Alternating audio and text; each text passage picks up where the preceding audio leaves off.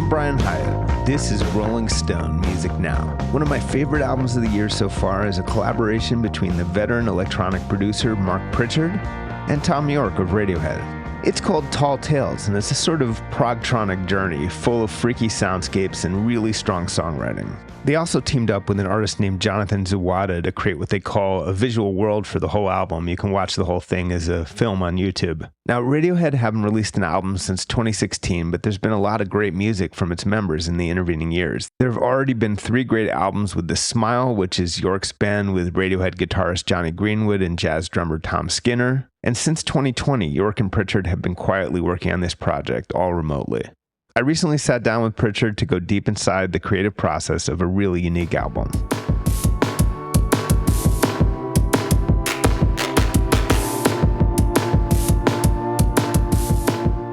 You did Beautiful People, which is a great song.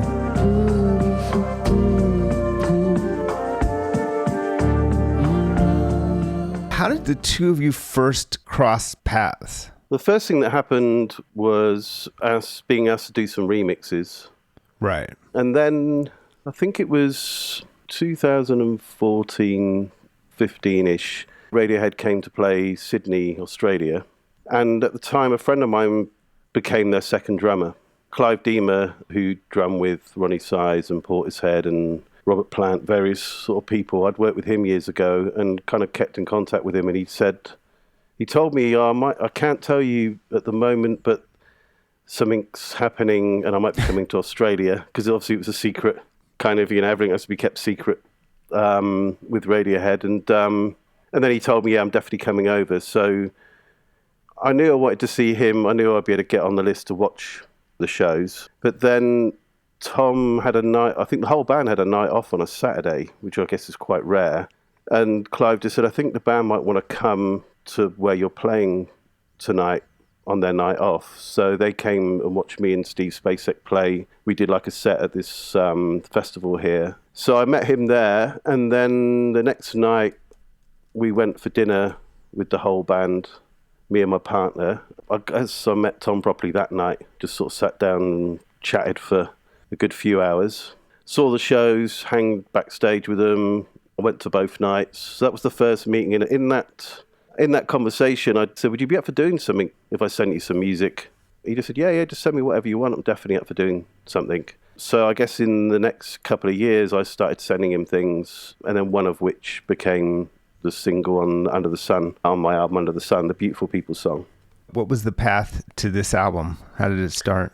So maybe like 2019, I was thinking about what my next album was going to be. At the time, I was thinking it's probably going to be an album of maybe various featured vocalists again. So I was just working away on that, really. Then we got into 2020, and of course the crazy pandemic hit.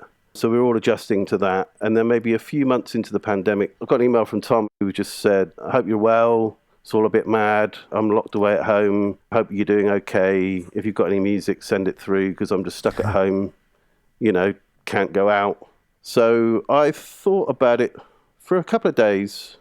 I just thought I'd really like to write specifically for him. But I was kind of working on some other things, and I was kind of thinking about the album as a whole, what I was doing. And after a few days, I was like, well, it's going to take me a while to write. And then I just thought, I should just send him a load of random things. Like just some songs that maybe were kind of complete, some songs that might just been a really good drum idea that had a couple of sounds over, some songs that were just ambient. So I just sent him like a folder of like 20 ideas. But I now know at the time he was working on the first Smile record. So I think they've been working on it, but they're in lockdown. He was doing vocals, so he was in the writing stage of vocals, I think, for that album. So then I sent him those things. He got back to me that night and just said, oh, can I please do this one, which is end up being Happy Days.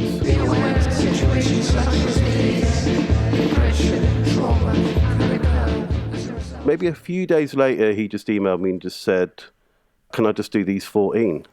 Well, yeah, just whatever you want to do, I'm happy, just try it out. And he said, look, I'm really busy working on a project, but when I get this through a bit further, then I'll have some headspace to be able to think about this project. I just kept it chilled with him, really.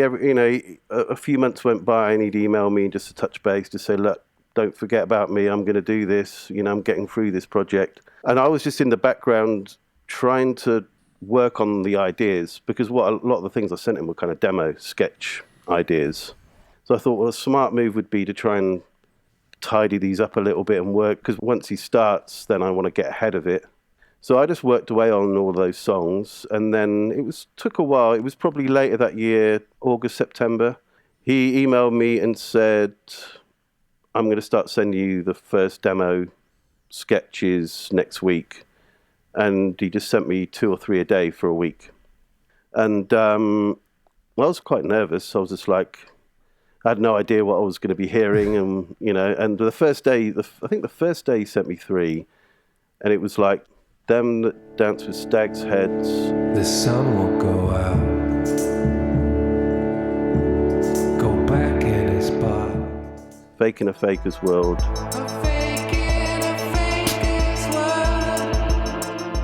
And I can't remember, maybe this conversation, Listen to Your Voice.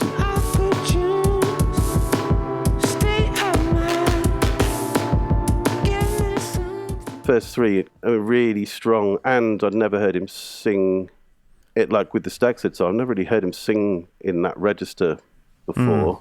So I was like, these sound amazing. And then he just kept sending me a couple each day. I was kind of replying. And then at the end of that week, I just said, okay, so what's the next, what's the next stage? So from then on in, I guess it was picking songs, things he had to write lyrics, because sometimes he sketches lyrics. He sketches down songs with some lyrics, but he's looking for hooks, like where the melody's going to be, where the tone, where he sits. Some things had most of the lyrics. It was a mixture of things, really. And then, so we just focused on the ones that I think kind of needed to be thrown around for a while. Just because certain songs need to be slowed down, need to take stuff out. He needed to try and sing it in different ways. Wasn't working. He'd send it back to me. I'd try and do something. So we did that for quite a long time. I was just trying to give him the things he needed to work on, the things he wanted to work on, and then try and work on other stuff at the same time. The initial batch of demos that he picked, those were the tracks, or were there additional kind of back and forth? Of the 14 that he said he wanted to try, a few fell away. And then I sent him Stag's Heads, which I'd done quite recently as an additional one. And I sent him White Cliffs, which I'd done a long time before. I'm feeling the same cold room. I actually sent that to him when I did Beautiful People, and I never got a response. And I just thought, well, he obviously doesn't like it, or he didn't get that email. So I played that to a friend of mine, and he just said, you should send him that one, that's killer. So I sent it to him again, and he just said, oh, this is amazing, I definitely want to do this one. So I guess a couple, maybe at least 2 or 3 got added, a few kind of fell away, but most of the core of what he got were the ones that made it on. You've done all sorts of music. It does seem like you must be in a different zone when you're writing things for vocalists to write over. That must be a whole different mentality than when you're just making an instrumental track. The weird thing is that everything I sent him was already written in various periods over, I think maybe Wandering Genie was 9 years old.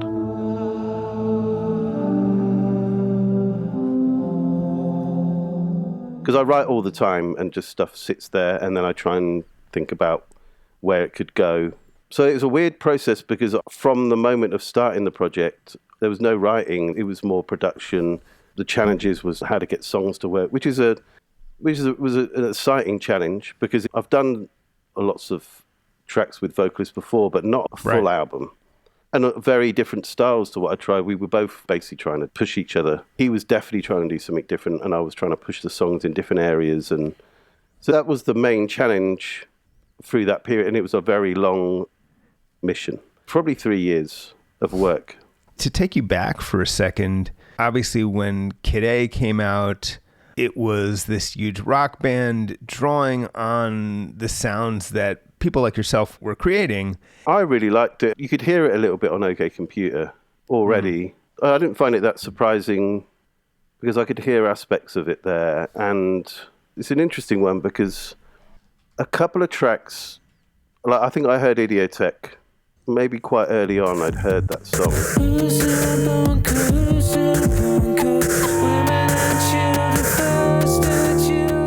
I was really pleasantly surprised. It's a strong electronic song with electronic drums, with an amazing pad and an amazing hook.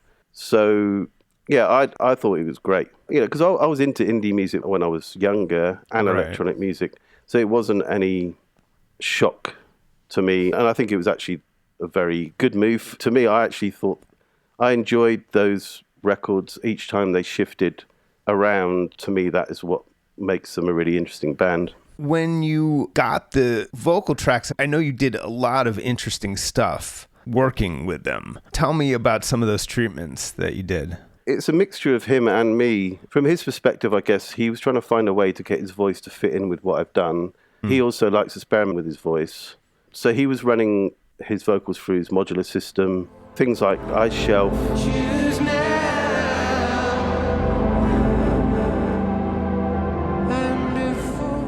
He was having fun doing that because I guess he also wants to try and find a different vibe for this. He doesn't want it just to be the Smile stuff or other things he'd done. So it's a mixture of that. And then I would just, obviously you want to have a contrast. So you want some stuff to be manipulated. You want some stuff just to be his voice. And then I picked some things, I think Bugging Out, I put his voice through a Leslie speaker.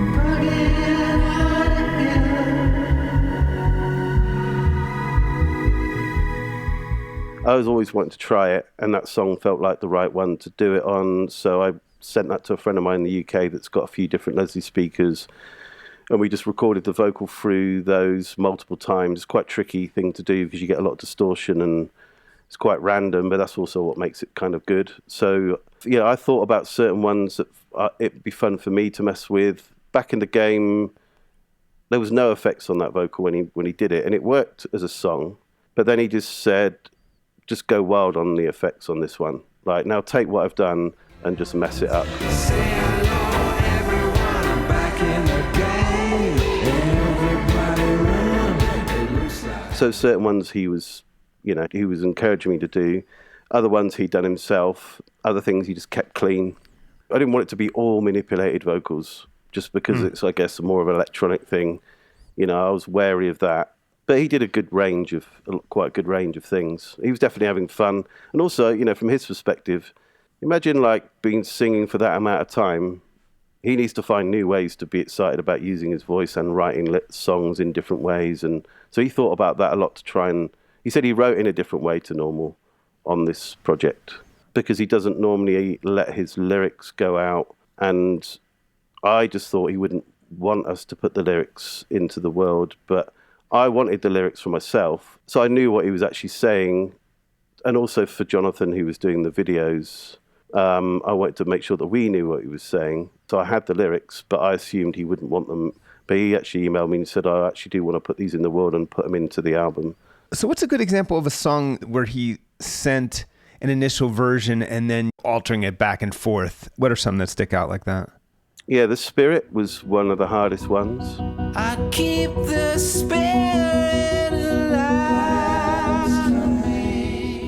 I wrote it, it was faster and it had drums in it. And he tried singing it. He said, I need to take the drums out because the drums I had in it were kind of like an old school drum machine, but doing almost like a Latin kind of, a Latin preset kind of thing going on. And they were taking up a lot of room.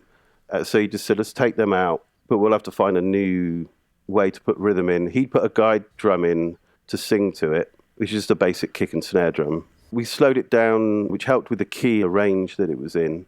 And then he sung it to the guide drums, and I was like, I need to replace these drums. But I couldn't find, I mean, drums is one of my favorite things to do, and I couldn't hear anything on it. Tried a couple of things. And then I just made the decision, I'm not going to put drums on it, but I need to then find a way of how I'm going to get this to work as a song. So I just got bass on it first. So I got my friend who's in the building where I'm working. He's a bass player. And I got him to play a very simple bass part because bass can be a little bit percussive and it's a good starting point. So I got him to play very basic kind of notes through there. Tom just said, make it even more simple. So he just hold off on the bass for a while. And then I just put some percussion. There's a lot of subtle percussion going on, some like just pedaled hi-hats. So I've got a drum kit, so I just like pedaled the hi-hat now and again. An electronic snare and some kind of electronic hi-hats. Kept adding to it and seeing whether I could get this to work. Because it had something special and I needed to leave space for the vocal performance, because it's like that vocal is about his delivery of that vocal. And then he still wasn't happy with the vocal. He changed it from being, what's the word? It's like, instead of, I think it was like, we are not the fools. He changed it to first person perspective. So it's like, I am not the fool. And then just got the right balance of performance on the song. And then I then carried on trying to add things to it, live with it a little bit. So that was one that was, I just didn't know how I was going to get it to work. But I knew that it would be a more interesting song with no drums. Yeah, that's definitely, it's one of the more upbeat, hopeful sounding, both lyrically and musically on the album. Yeah, because Tom just said that, I mean, it's an unusual for me to write in major bass. It's so basic, like couldn't be more basic chords in a way. And I don't write in those chords normally. We usually go for sadder minor chords or stranger things. But I guess every now and again you just need to do something that you don't normally do. So I did that, and I assumed he would sing minor over it. I just thought he's just going to sing minor over major, and it's going to make it sadder. And then when he sent me the demo, I was just like, he's gone with the chords. I was like, no, he needs to go sadder on this, not go with the chords. And then I tried to add some stuff to it to almost steer it. And then he emailed me and just said, no, get rid of all of that. This is going to be really difficult to get to work. But if we can get this to work, it's going to be a really strong, interesting track for the album. So he actually sent me a song by Janet Kay called City Games, which charted in the UK. It was on top of the pops even. It's like a reggae song, beautiful vocal. And he just said, this song's nothing like this reggae song. But there's a feeling in that song and in a lot of the music from that era. There's a hopefulness and a optimistic feeling, and we need to keep that feeling in this song. Oh, the pain, boy, how it hurts me inside. And as soon as he sent me it, I just went, okay, no, I get it. He just said it's going to be down to me getting the performance right and then you finding a way to get it to work. And he was totally right. On A Fake in a Faker's World, I was going to ask about the vocal samples that start to circle around and then ultimately kind of take over this song. Bridge that don't run across. Do you remember how that developed, if you know what I'm talking about? That song was one that he took the drums from a song that I sent him and the bass, and he got rid of the pads that I had in that song, and then he took the strings that are in that song or another song that I sent him that he chopped over the top of the drums. And then he added the modular bleep section that comes in after the first set of vocals that goes on its own for a while. Drums come back in. He edited the drums up and put effects on the drums. There's quite a few songs where he actually added synthesizers, modular systems, extra sounds, extra pads, which is kind of cool because it was not just me sending him a track and he sings over it type of thing. There was actually, I think he enjoys doing that stuff as much as he does singing, and I guess sometimes more than singing. So yeah, because he likes having fun playing synthesizers and whatever he can. So there's a lot of that going on. But yeah, with Fake in a Faker's World, I think he just sings a verse and then a kind of a hook, and then it goes off for a few minutes with instrumental again. He arranged it all. It was longer than that actually, but then we chopped it down a little bit, and then he kind of does a second verse and then a refrain at the end. The Men Who Dance in Stag's Head, very organic, could be almost like a Velvet Underground song or something. And Scott, sounds like Mellotron or organ is dominating that song. The sun has gone up. We signed paper.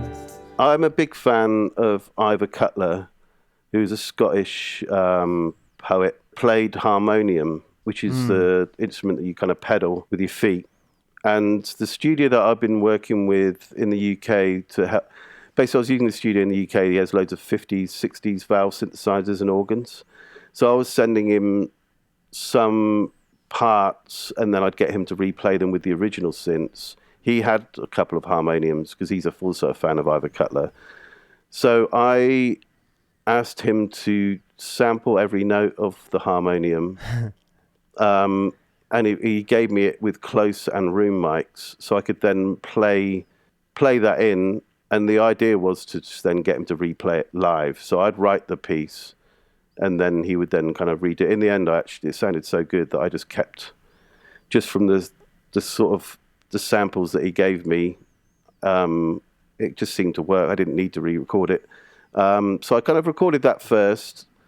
Then, so it's going to be a folk tune, really. It was going to be like a very folky kind of song. But then when I put the harmonium through a little bit of distortion, which kind of edged it up and made it a little bit more psychedelic. And then when I put the drums in, which is like it's like a medieval timpani, doing the simple kick drum part, and then I used this tambourine I found in a kind of secondhand charity shop, recorded that in, and then that gives it definitely the Velvet Underground feel, but then it's like a folk version of Velvet Underground in a way. But then I was like, I need to balance this a little bit, and I put the bassoon part in.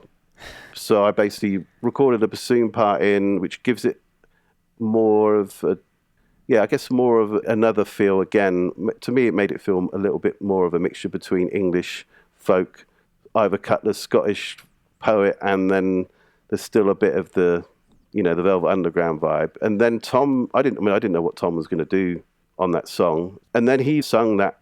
He went for the kind of Bob Dylan low vocal thing, And when he did it, I was just like, wow, I've never heard you do that before. And he just said that, he basically just told me that he'd always wanted to do that, and he never found a way of doing it. He never found a way of getting into the headspace. And he found a little trick where he found if he very speeded the audio, it allowed him to get into character a bit more, to deliver the vocal in that register. Because he did it on that song, and he did it on White Cliffs halfway through. Yes.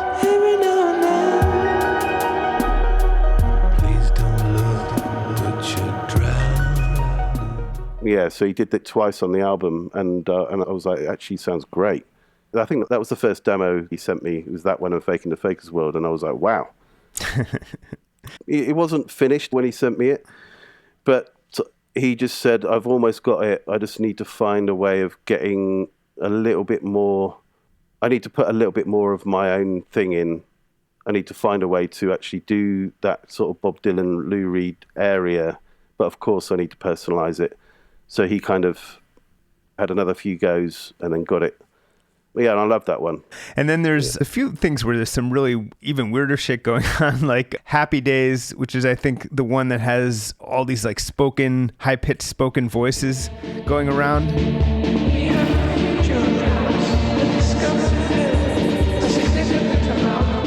That kind of track, to me, it has the essence of this record in it, but it's not like any of the songs on the record either.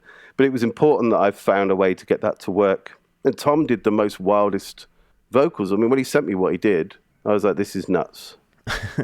But we had no idea how to get that to work. That one was getting messed around with right up to mastering, actually, because I liked the fact that he'd done vocals all the way through, and it's just a crazy song. And it felt like it needed to be constantly hitting you with vocals.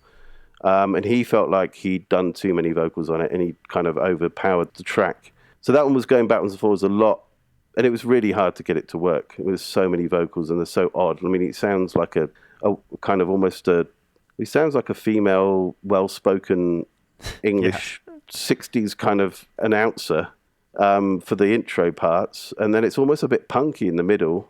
Yeah. And then he sings those really like nice, the Drowning the Deep Blue Sea, very 60s kind of vibe. And then some of the other vocals are wild, like that come in just after the first chorus. I mean, yeah, so I love that one, and I love what he did on it. To do those kind of things, you need to be confident enough to be able to do something that it sounds ridiculous to get something like that. You need to be not afraid to sound like you're doing absolute nonsense, really. Cause that's how that song would have come about. He'd have worked on it. He'd have tried all different types of things, got rid of all the rubbish, and came to that. And I was really impressed because I knew how wild that would have been to have done. And I heard all the takes he did.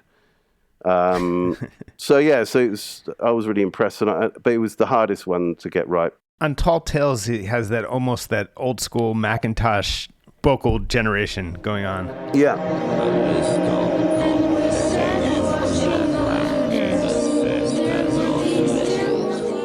Yeah, he did all of that. I mean, I guess he'd done it before, hadn't he? Yes. On OK Computer. Yes. I'd done it quite a lot. All the weird effect stuff is his voice. Huh. So he used his voice, I think he just manipulated it inside a certain plugin and kind of made it more granular, but didn't feel like he could do the spoken word parts himself. I then thought, should we just get people to do these voices instead of using a computer voice? So there's one point I was actually going to try and employ voice actors to do the voices and then flatten them out to make them less human. AI was kind of happening at that point, and people were using AI to clone voices, and I thought about that. But it was in its early stages. And then I just spent a lot of time trying to get those kind of Mac voices to work, really. And because there's something, I think the idea behind that song, to me, feels like the sound of 2020 when we were online. You know, that, you know, I guess Thom was trying to have a cascading of just voices and noise, almost like a sort of an audio version of Twitter in a way. I love what that. Twitter was in that period was just mayhem because there was so much horrible shit happening. You know, UK was going through Brexit. Trump was in at the end of the first term, all of the shit that was going on there.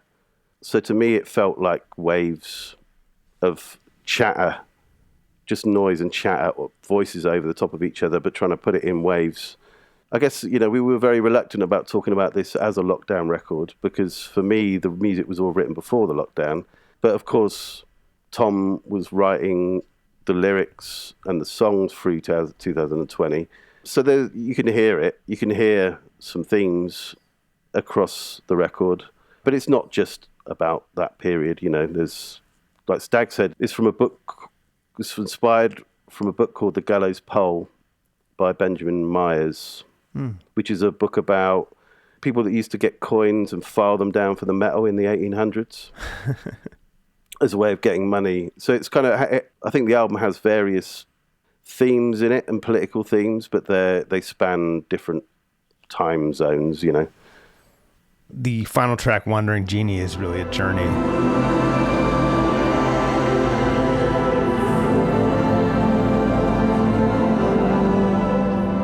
He tried to do a vocal on it. First of all, he did I think he thought about a song, but then he realized it's not going to work with the song.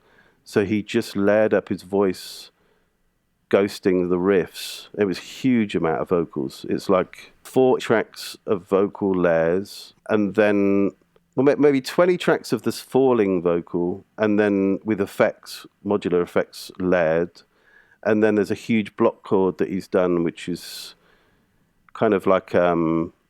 he was going to play piano on it, and he was going to do strings, and he said, no, I don't want to do piano, and strings are going to take too much room, so he just decided to do it with his voice. So he layered up these 3-4-part harmony block chords.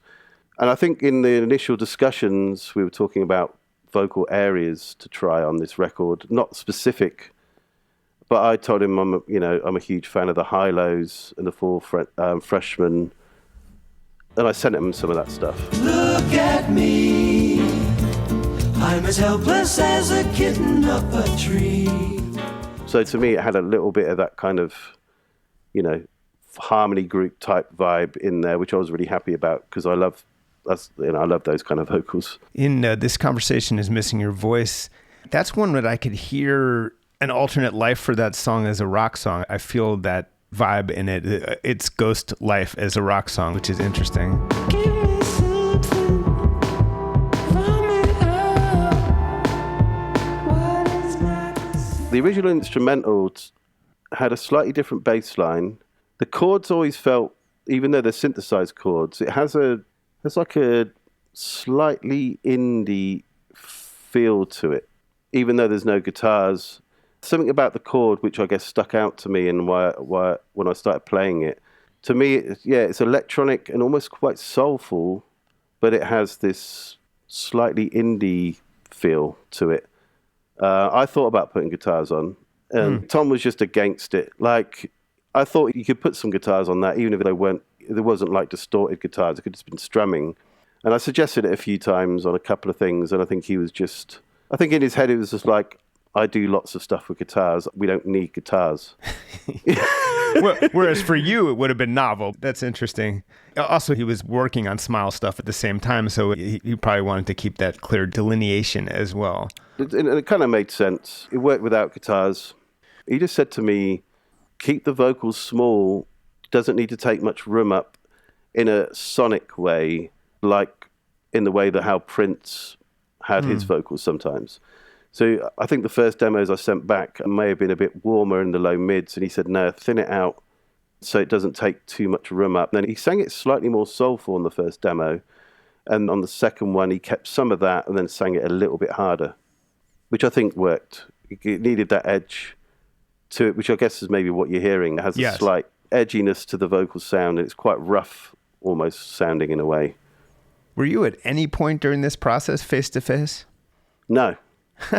When we started, we were doing emails, and then I quickly realized that it was too difficult to do emails because the stuff was getting lost in translation. So I was like, okay, we need to do Zooms. So quite quickly, we'd have a Zoom every however many, depends on what was going on. We'd do it every couple of weeks. If I was just working on stuff, he was working on stuff, we'd do it every month. Or if we needed to speak about something where we need to discuss what we were going to do, how we were going to make this work, we'd just do the Zoom, which really, really helped because, face to face, you can read what somebody's saying, or if they're unsure about something. But it was, all that stuff was really, really, really good. Like, there was no nonsense all the way through. We were fighting. We both had different opinions. Sometimes he pushed something, and sometimes he was right, sometimes I was right.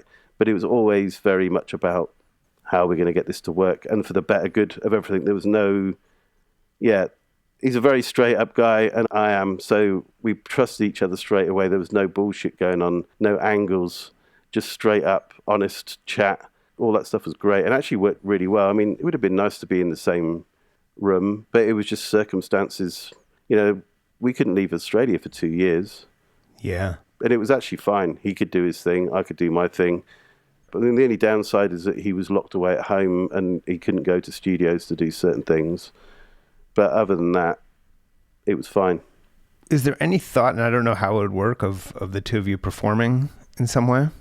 When Tom just did his recent solo tour, he was going to play Beautiful People, but I don't think he got time to work that one up. But he basically found a way of doing a solo tour live by himself, which he'd been trying to work out, he told me, for a long time. And he's found a system to be able to add songs as he's touring and be able to have fun with the instrumentation and have a range of instrumentation to cover lots of songs he's made over the years in different styles. So when he was in Sydney, he said, do you want to come up and tweak something while I'm playing? I was a bit nervous about doing it because I'm not used to being on stage. I mean, in front of that amount of people. I don't like being in front of people, full stop. But yeah, I could see that it could work. Because to start with, he said, I don't think we can do this live. It's too complicated and the sound sources are so unique. Because I use lots of old synthesizers and it's all about capturing a certain vibe and then protecting that vibe. But yeah, he just said, maybe we could do some stuff where we run some stuff live and maybe we do it like Depeche Mode style where we have stuff on a backing tape, just a reel-to-reel behind us pressing play. He was thinking about ways of possibly doing it. I was a bit worried because I'd never played live really and never really had much will to want to play live. So part of me was petrified. I might have to go out on stage and tour this thing. But I just said, look, I'm open to it, but I don't know how we're going to do it. But then after the tour that he's just done, and me seeing how he was doing it, I was like, this is actually interesting. Because I think what's put me off touring is electronic stuff's quite hard to do live. And I didn't want to stand there and just press a button and the stuff's just happening. But it was really impressive what he did. It was like just him for 2 hours. And he played, some songs would be acoustic with him singing, some of him at the piano. Some of them are just one synthesizer playing something, and then sometimes it's just a sequencer running his palette of sounds that he had on stage. It was all live. It wasn't no computers involved. And there's a lot of chance for things to go very wrong, which is kind of exciting. And he can also add songs in as he goes along, which means he doesn't have to do the same songs over and over again. So he found that way. And I just said, well, if you're open, then I think I'm up for it. Realistically, it's at the mercy of his schedule. And he's one of the most busy persons I've ever met him. Annoyingly productive and busy. You know, he'll do another Smile album, then another one. I'm still working on this one. And then he's doing a soundtrack. And then he's working on something else. And then he's, you know, it's just like constant things going on. So I guess I'd be surprised if it could happen this year, but I have no idea. You know, at some point, I guess it may fit in somewhere depending on what he's doing. Yeah. I'm curious how this whole experience sort of, you know, you're deep into your career, but I'm wondering if this sort of transformed any ideas about your own sort of creative possibilities or way of working. Having to throw things around is something that I've not had to do a lot of.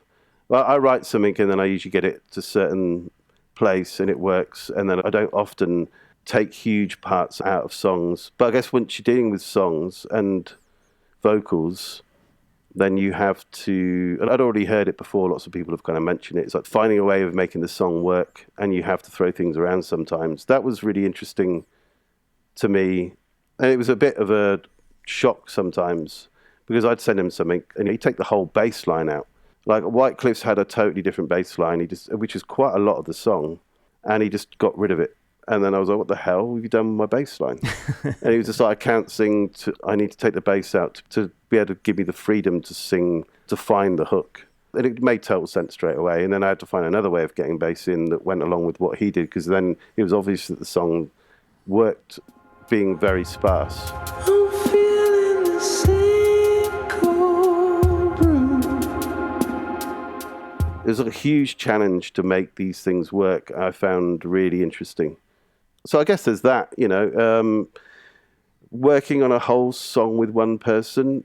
There's something about that obviously it brings the album together, I guess. It's like, you know, you can do collaborations with various people and it can work, but if you work with one person, it instantly becomes more together as an album through that, just that happening.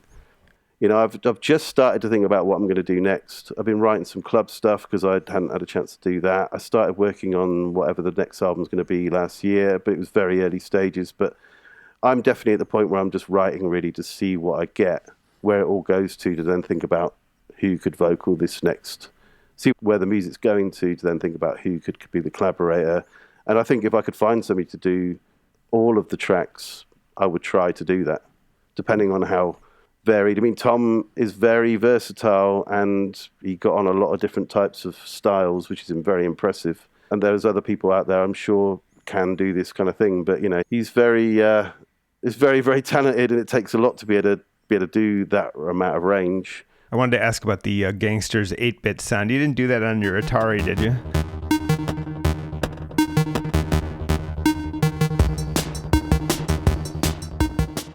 No, it's actually it's a very, I think Thom was almost shocked when I showed him what it was.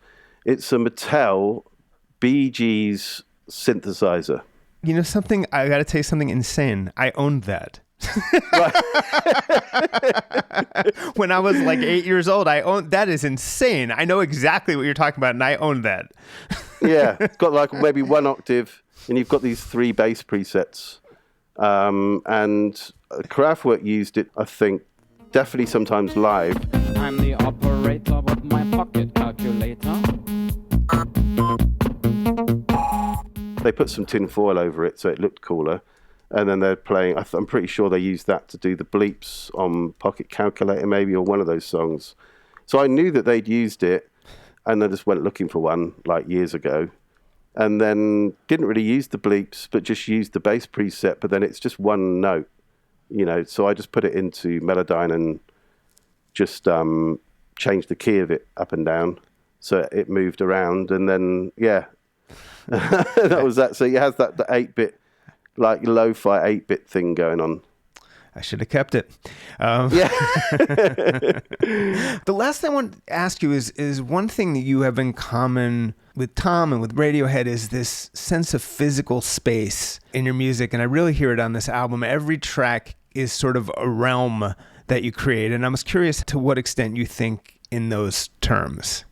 Yeah, the sonic thing I'm trying to get. I guess we both do we both, through the producers and the band, they're trying to get a certain overall sound. It's a different sound because everybody has their own sound and their own ways of doing things. But yeah, I mean, what I've spent so much time doing is finding a way to make this all fit together from quite an unusual range of sounds and source sounds, synthesizers, trying to make it all fit. And also what I've been trying to do with the last few albums is I like the sound of old records. I like the sound of 50s, 60s, 70s, but definitely I really like 50s and 60s sounding albums. But I also don't want to make anything that just sounds straight retro. So the mission I'm always on is how can I use the sounds that I like and then mix it in a way that feels like at least the area of these records.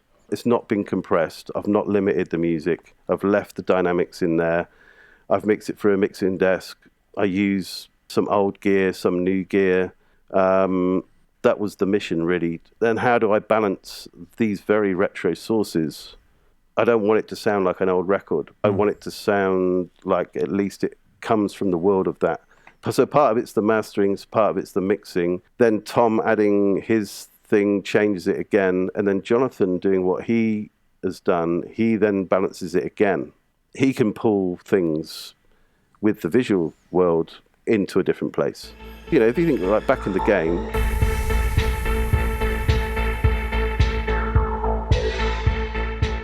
to me, the original song sounds like a John Carpenter soundtrack. I put drums on it. It kind of went a little bit more new wave. Then Thom did a very hooky verses, and then I messed those verses up and made them a bit more crazy with effects. And then it goes into the instrumental section, and then in the last chorus goes into this totally different area again where he sings low. So the song has like a few different eras going on. The drums, I used a 60s organ to do the drums. There's like these different eras happening. Jonathan then made this crazy video that is CGI that doesn't look anything like you can imagine. It's not retro at all. So he adds a level to balance the whole music. Because there's certain songs I wasn't sure about. Like I was still unsure about that song until he did the video, and I was unsure about Gangsters until he did the video. When he did the video, then it actually finally made sense to me. Yeah. So yeah, there's a lot of that going on. And I guess Radiohead do the same.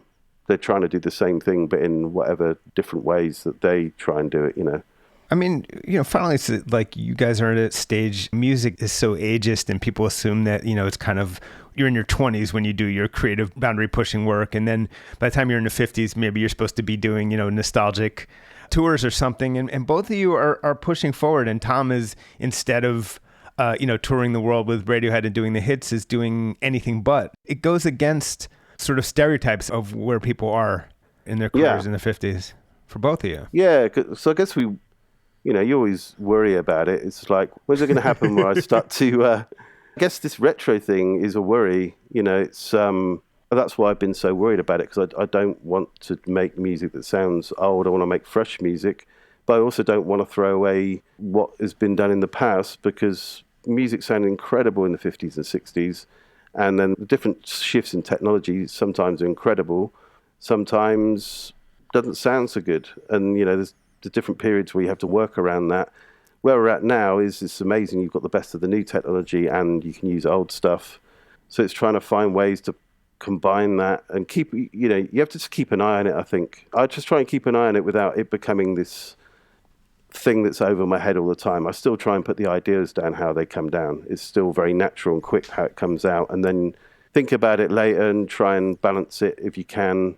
I think the time where you don't hear any new music is usually a sign. You know, I've always tried to push against that. And, you know, I want to hear new music. And there's times where there's not new music that I like, but I'll just look harder. But then there's all the old music you can still go back through. So I do that if there's a period where I'm not finding as much new music. But I'd also still believe that there always is going to be interesting stuff coming from people. And sometimes you have to look a bit harder, and you have to look at different places and different countries, and which does get a bit harder, I guess, as you get older, but it's still doable, So yeah, I try and keep looking forward. There's areas of dance music that I found more difficult in the past 5 or 10 years. It's harder for me, maybe in the last 5, to find dance music because it's gone very looking at the past. It's gone very referential, like drum bass is back, but they're trying to make drum bass like drum bass from a certain period. But there are still people trying to do it. There's still people trying to push forward with it. You just have to look. Or look in other areas if it's not happening. Go to another area, because I like all different styles. Luckily, I'm open to hearing anything, any tempo, any style. And there is a lot of fresh new music coming out of the UK. There's fresh music coming out of America.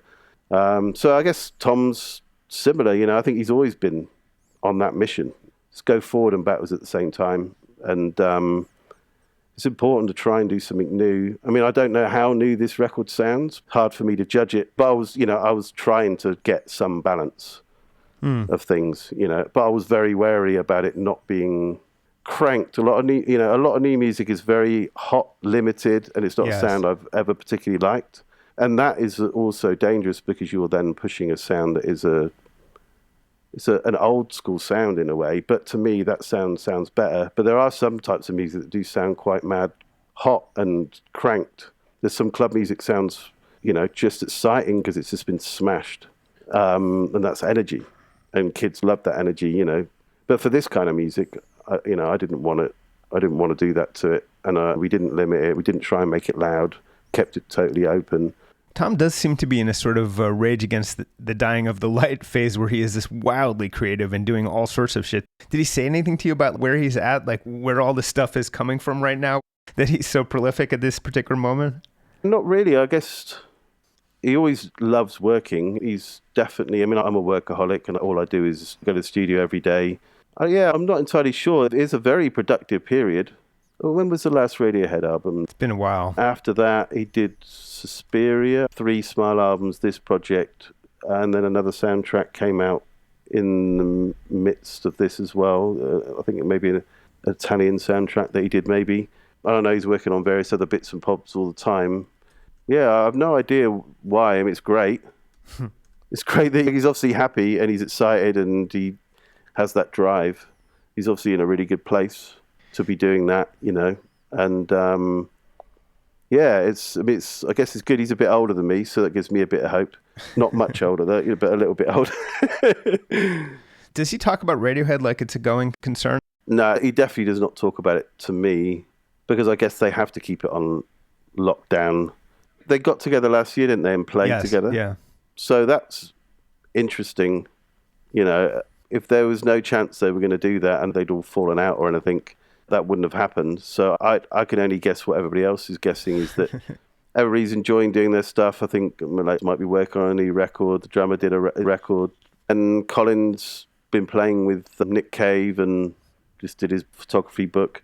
Everybody's kind of busy doing their things, I guess. And I think that the Smile project is a great project. The last album had some really, really killer songs on it. As strong as anything they'd ever done, I think. Yeah, the strength of the Smile albums and then the strength of this, it's absolutely wild. I want people to hear the whole thing, because it really is an album. I've made it as an album. It's not really singles, Right. I will let you get on with your day, but I'm so glad we made time to do this. Great talking with you. Yeah, likewise. Yeah, thanks for that. And that's our show. We'll be back next week. In the meantime, subscribe to Rolling Stone Music Now, wherever you get your podcasts. And please leave us 5 stars and a nice review on Apple Podcasts and Spotify, because that's always appreciated. But as always, thanks so much for listening, and we will see you next week.